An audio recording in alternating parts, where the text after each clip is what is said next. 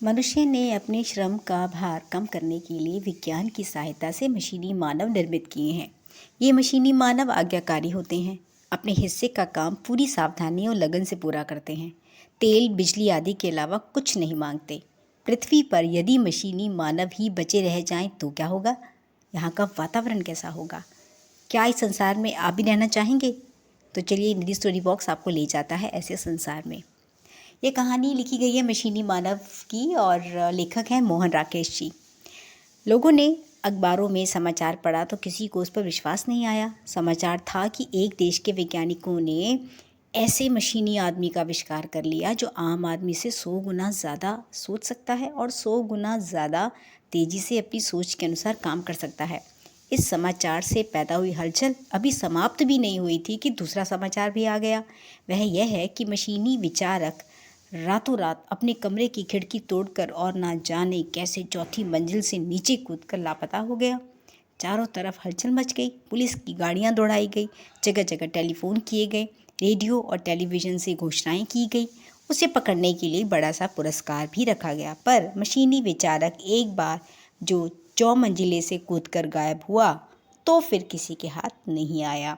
ना ही यह पता चला कि दुनिया भर की आंखों में धूल झोंक कर आखिर वह चला कहाँ गया। किसी शहर, गांव, पहाड़, जंगल या नदी नाले में उसका कहीं पता नहीं चला।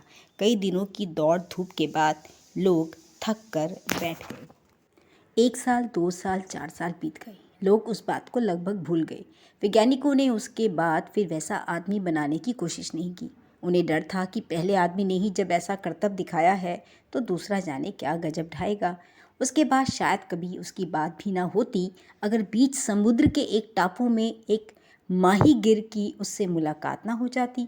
वह माहीगीर समुद्र में मछली पकड़ने निकला था, पर इससे पहले कि एक भी मछली पकड़ पाता उसकी नाव तूफान में फंसकर उसे उस टापू की तरफ ले गई और टापू के किनारे पहुंचकर वह नाव को बांधने लगा। आसपास देखकर उसे बहुत हैरानी हुई।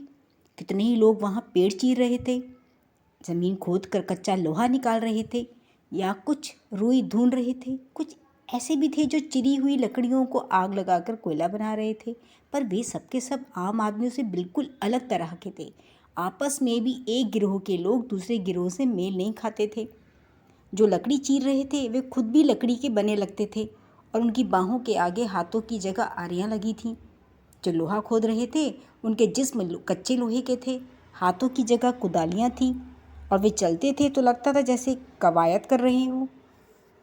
माहीगीर पहले तो उन्हें देखकर डर गया, पर जब उनमें से किसी ने ना तो उसकी तरफ देखा ना ही उससे कुछ कहा तो उसका डर धीरे धीरे जाता रहा।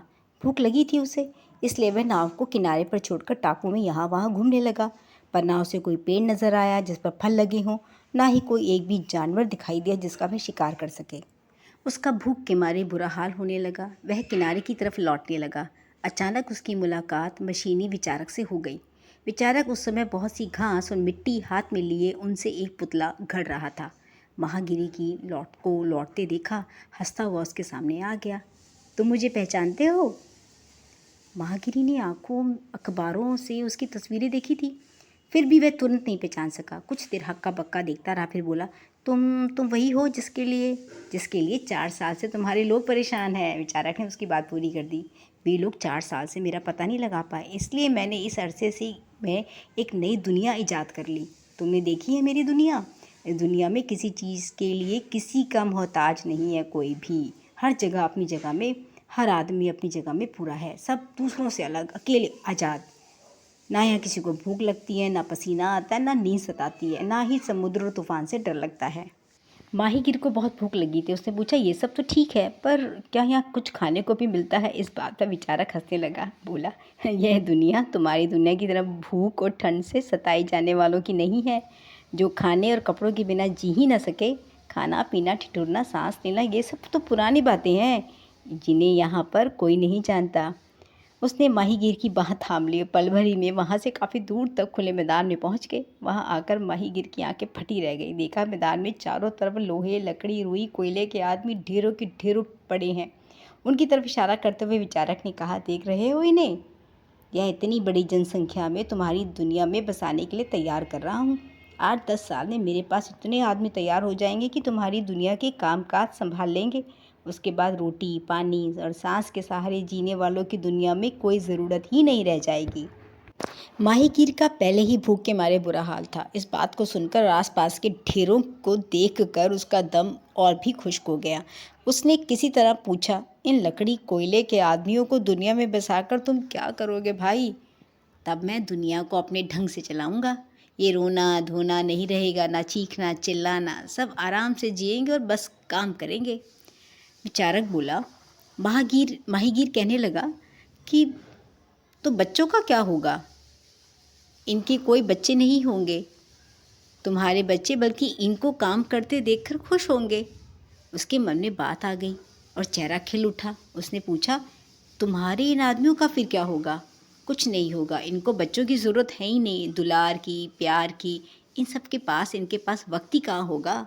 इनका इनसे कोई वास्ता ही नहीं है, बस जिएंगे, काम करेंगे और जिएंगे। माहीगीर को इस बात से इतनी खुशी हुई कि ठहाका लगाकर हंस दिया।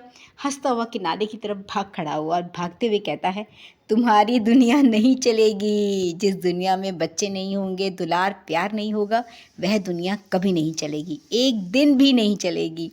उसे डर था कि विचारक उसका पीछा करेगा। एक बार उसने घूम कर देखा तो विचारक ठगा सा अपनी जगह पर खड़ा था। जब माहीगीर की नाव बहुत आगे चलेगी तो पीछे मुड़ के देखता है, सारा टापू धू-धू करके जल रहा है। लोहे, लकड़ी और रुई के आदमी जलकर राख हुए जा रहे हैं। जो आदमी दोनों हाथों में जलती टहनियाँ लिए पागलों की तरह टापू में चारों तरफ आग लगा रहा था, वह खुद विचारक ही था और सब कुछ जल के राख हो गया। कैसी थी कहानी? लिख के ज़रूर बताइएगा।